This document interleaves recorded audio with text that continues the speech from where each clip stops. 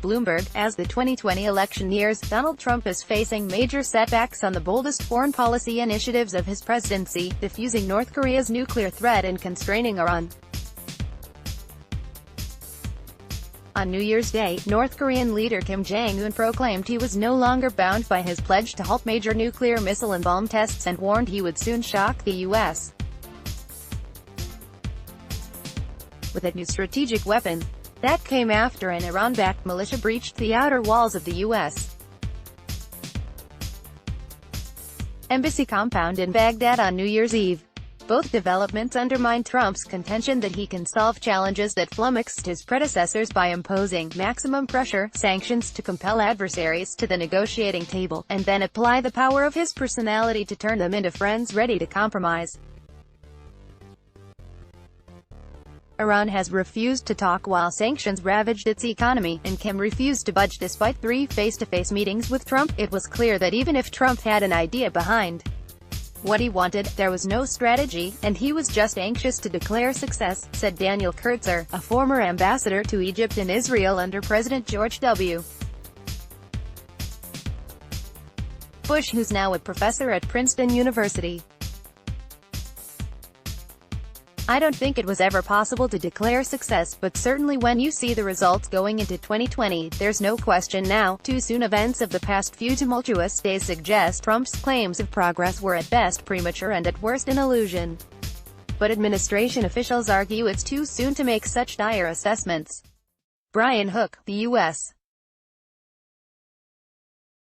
envoy for Iran, portrays that nation not as an emboldened player in the Middle East but a country currently in a state of panicked aggression. The regime understands very clearly the kind of economic pressure they're under, and they also know that it's not sustainable, Hook told reporters in a DEC 30 briefing. And so they are lashing out. They're not used to being told no. Secretary of State Michael Pompeo said that the U.S. is in a better place with North Korea than it was when Trump came to office in 2017, and said he still expected the country would join the U.S. on a diplomatic pathway. But things could get worse fast.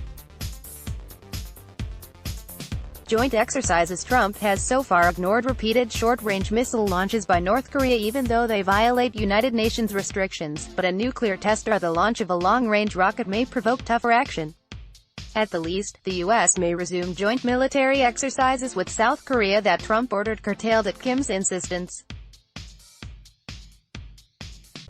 That's something we would take a look at, certainly, depending on Kim Jong-un's next move, Defense Secretary Mark Esper said Thursday in an interview on MSNBC. On Iran, tensions threaten to spiral into a direct confrontation, with Pompeo making clear that attacks on U.S.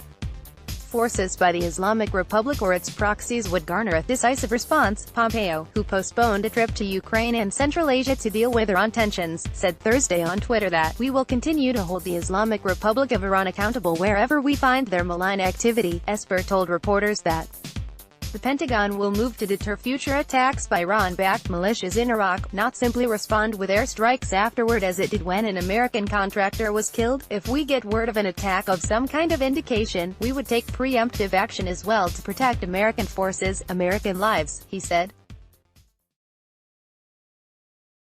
The game has changed. Trump unfazed. Trump has appeared largely unfazed. "I handle them as they come along," he told reporters at his Mar-a-Lago resort on New Year's Eve when asked about the prospect that Kim might resume tests of intercontinental ballistic missiles. On Iran, he tweeted a warning of dire consequences if it attacks, with a jaunty twist at the end. "They will pay a very big price. This is not a warning, it is a threat."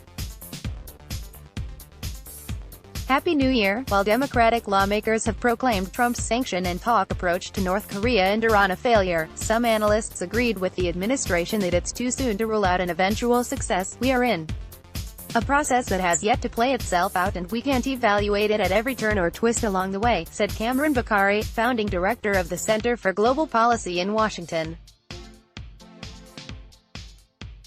The other thing people forget is that negotiations do not take place in the absence of hostilities.